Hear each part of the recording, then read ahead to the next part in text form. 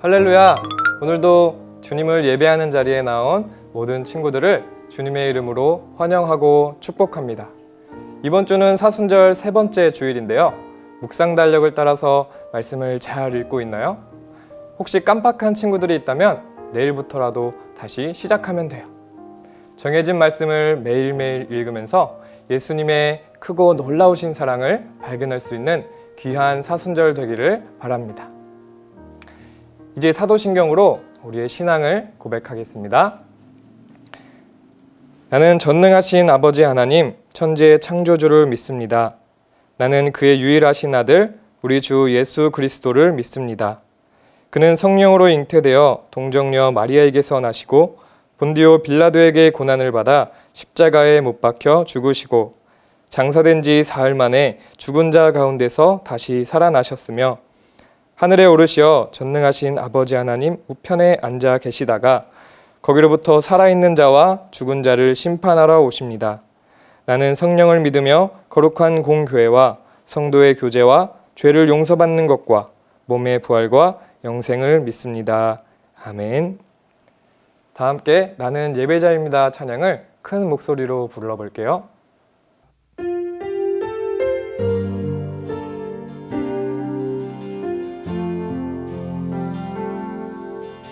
나는 하나님을 예배하는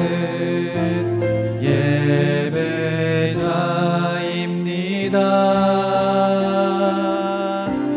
내가 서 있는 곳 어디서나 하나님을 예배합니다. 내 영혼 거룩한 은혜를 향하여 내 마음 완전한 하나님 향하여 이곳에서 바로 이 시간 하나님을 예배합니다. 나는 하나님을 예배하는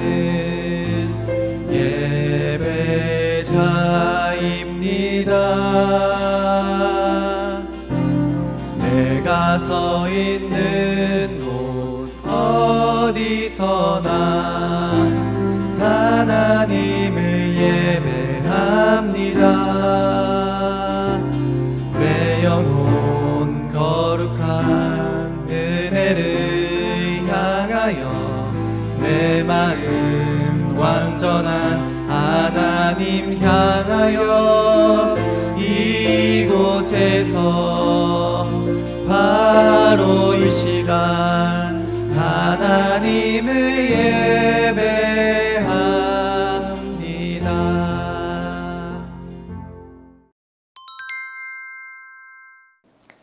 오늘 하나님께서 우리에게 주시는 말씀은 마가복음 11장 15절에서 17절까지의 말씀이에요.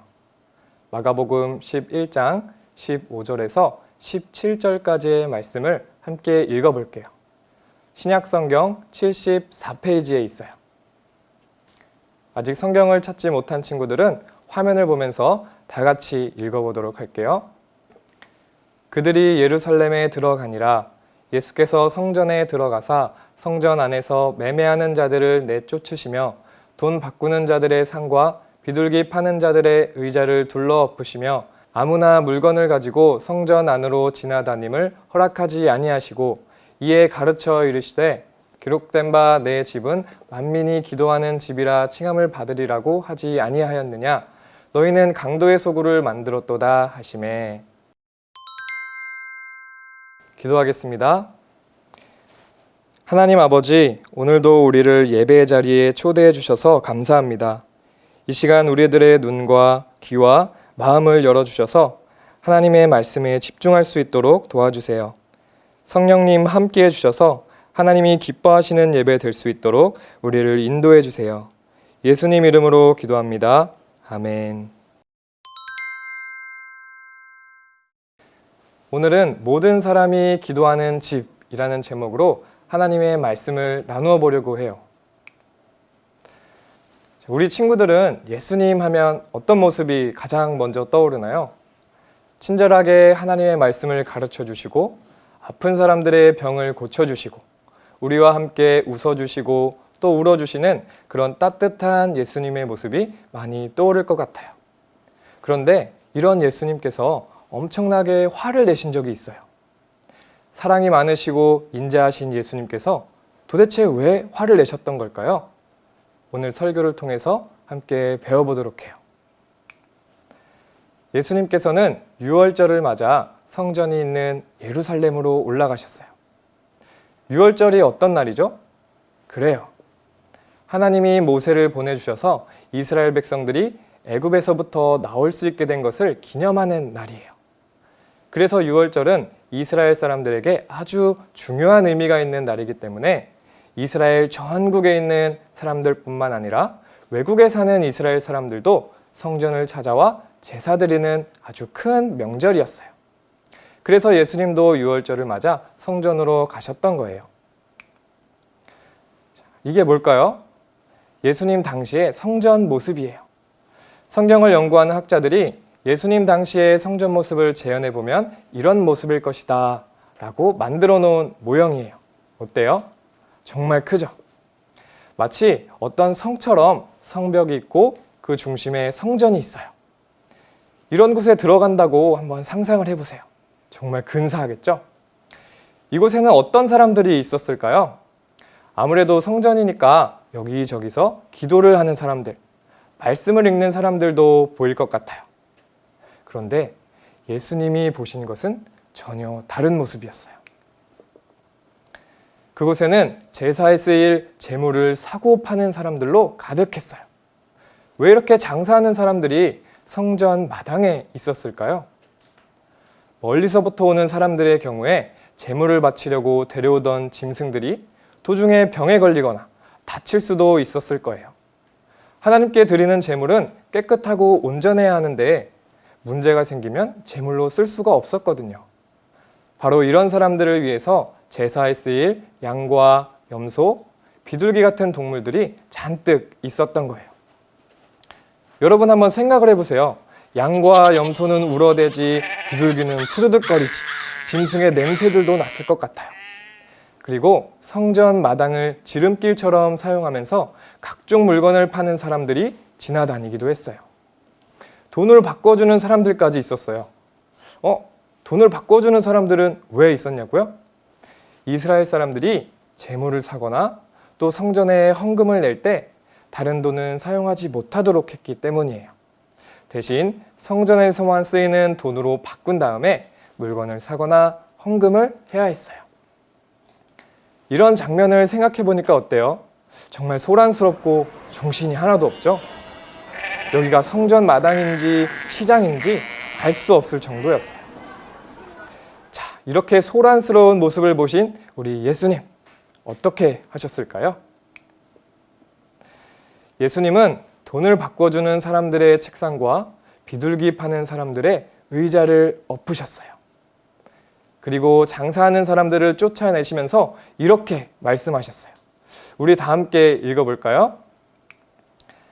내 집은 모든 민족들이 기도하는 집이라 불릴 것이라고 성경에 기록되어 있지 않았느냐?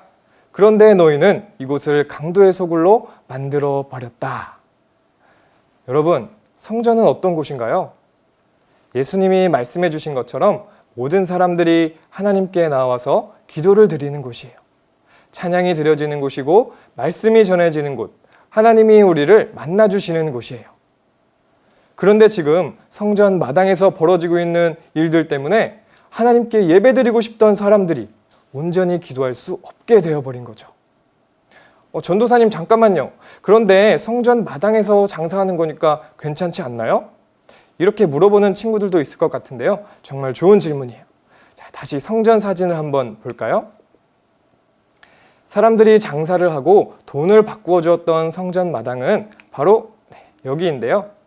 이곳은 이스라엘 민족이 아닌 이방 사람들을 위해 마련되었던 곳이었어요. 이방인의 뜰이라고 불리는 곳이었는데요.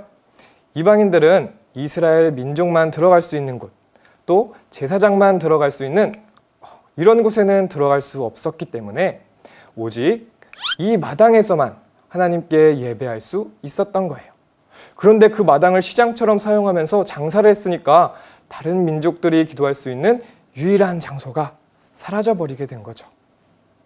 하나님은 모든 사람들이 하나님 앞에 나와서 기도할 수 있도록 성전에 초대해 주셨는데, 이렇게 이방인들이 기도할 수 있는 유일한 장소에서 장사를 하며 기도하지 못하게 방해하고 있는 상황이었으니까 어때요? 예수님이 화를 내실 만하죠? 여기서 끝이 아니에요. 하나님을 온전히 믿고 하나님의 말씀을 잘 가르쳐 주어야 할 제사장들이 장사하는 사람들, 또 돈을 바꿔주는 사람들과 거래를 했어요. 돈을 바꿀 때 공정하게 바꿔주는 게 아니라 더 많은 돈을 받았고, 재물들을 팔 때에도 원래 가격보다 더 비싸게 팔았어요. 그러면서 벌어들인 돈을 제사장과 장사꾼들이 나누어 가졌던 거예요. 이렇게 성전을 예배하고 기도하는 곳으로 귀하게 여기지 않고 자기 욕심만 채우는 곳으로 사용하고 있었기 때문에 예수님께서는 이곳을 강도의 소굴로 만들었구나 라고 하면서 그들을 혼내신 거예요. 여러분, 오늘 예수님이 화를 내시면서까지 성전을 깨끗하게 하신 이야기를 들어보았는데요. 예수님은 이 사건을 통해 성전이 무엇을 하는 곳인지, 그리고 성전에 나오는 우리가 어떤 마음과 태도를 가져야 하는지 분명하게 알려주셨어요. 자, 먼저 성전은 어떤 곳이라고요? 그래요. 모든 사람들이 하나님께 기도하는 곳, 예배하는 곳이에요. 이렇게 하나님께서는 모든 사람들이 기도하고 말씀을 듣고 하나님을 만날 수 있도록 성전으로 초대해 주셨다는 것을 기억했으면 좋겠어요. 그렇다면 성전으로 오는 우리들의 마음가짐은 어떠해야 할까요? 물건과 또 동물을 사고 파는 소리들처럼 시끄럽거나 내가 원하는 것을 얻으려는 욕심으로 가득 차 있어도 될까요? 아니죠. 하나님이 우리에게 말씀해 주고 싶으신데 우리 마음과 생각이 시끄러우면 그 음성을 들을 수가 없어요. 그래서 성전에 나올 때, 그리고 예배할 때에는 다른 생각을 하는 것이 아니라 하나님께만 집중해야 하는 거예요. 하나님께 집중하면서 하나님의 말씀을 기대하고 귀 기울이는 우리의 모습을 하나님께서 기뻐하세요. 그런데 친구들, 지금은 코로나19 때문에 교회에 모이지 못하고 집에서 영상으로 예배를 드리게 되었잖아요. 그러면 어떻게 하죠? 예배할 수 없는 건가요? 아니에요. 어쩔 수 없는 상황 때문에 비록 장소는 집이지만 하나님께 예배하는 시간만큼은 교회에 오는 것과 똑같이 몸과 마음과 정성을 다해서 예배를 준비하고 하나님께만 집중하면서 예배를 드리면 되는 거예요. 어때요, 친구들? 여러분은 우리가 기도하고 예배할 수 있도록 예배 자리에 초대해 주시는 그 하나님께 감사하고 있나요? 몸과 마음을 깨끗하게 준비해서 예배를 드리고 있나요? 혹시 다른 생각을 하느라 하나님께 집중하지 못하고 있는 것은 아닌지, 하나님을 만나는 것보다 다른 것을 더 기대하고 있는 것은 아닌지 우리 모습을 돌아보길 바라요. 오늘 배운 내용을 잘 기억하면서 당분간 영상으로 예배를 드릴 때에도, 앞으로 교회에 나와서 예배를 드릴 때에도 우리 모두를 예배의 자리로 초대하시는 그 예수님께 감사하면서 온 몸과 마음과 정성을 다해 진실한 예배를 드리는 예능교회 아동부 친구들 되기를 바랍니다. 기도하겠습니다. 하나님 아버지, 오늘은 예수님이 화를 내시면서까지 성전을 깨끗하게 하신 이야기를 배워보았습니다.